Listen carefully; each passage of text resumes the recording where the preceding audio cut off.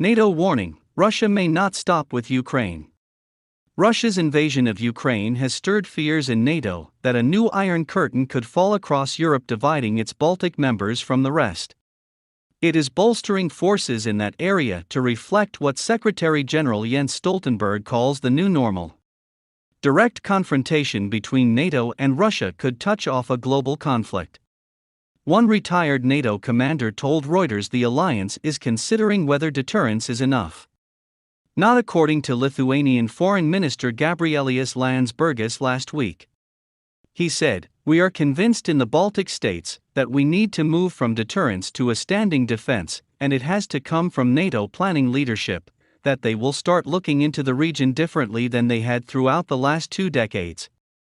On February 16, when intelligence showed an invasion was imminent, NATO Secretary-General Jens Stoltenberg called the current era a new normal. It looks a lot like a return to the past.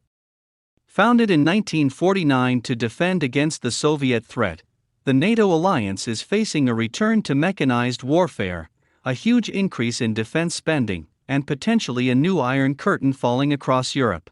NATO is back defending against its original nemesis. But there's a difference.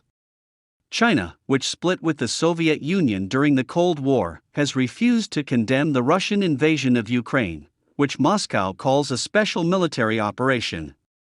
And the old Cold War blueprints no longer work, as NATO has expanded east since the 1990s, bringing in former Soviet states, including the Baltic states of Latvia, Lithuania, and Estonia in 2004.